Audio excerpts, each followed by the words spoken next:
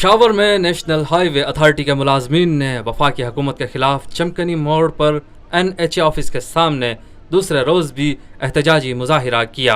احتجاجی مظاہرے میں NHA ملازمین کی بڑی تعداد موجود تھی۔ مظاہرین نے ہاتھوں میں پلے کارڈز اور بینرز اٹھا رکھے تھے جن پر ان کے مطالبات درج تھے۔ مظاہرین نے وفاقی حکومت اور سابق وزیر اعظم نواز شریف کے خلاف شدید نعرے بازی بھی کی۔ مظاہرین کا کہنا تھا کہ نیشنل ہائی وے انتظامیہ 2011 اور 2013 میں ریگولر ہونے والے ملازمین کے کاغذات کی دوبارہ جانچ پڑتال کر رہی ہے۔ انتظامیہ ہمیں فارغ کرنا چاہتی ہے۔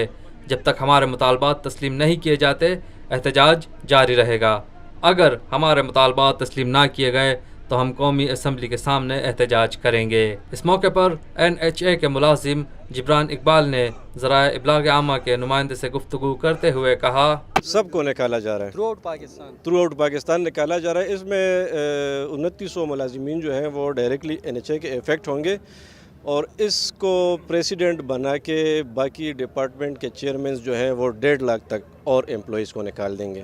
ایک اور ملازم عجب خان کا کہنا تھا کہ ہمارے مطالبات نہیں مانے گئے تو ہم اپنے اسلام آباد بھائیوں کے ساتھ، سارے سکر بھائیوں کے ساتھ مل کر قومی اسمبلی کے سامنے ہم دھرنا دیں گے۔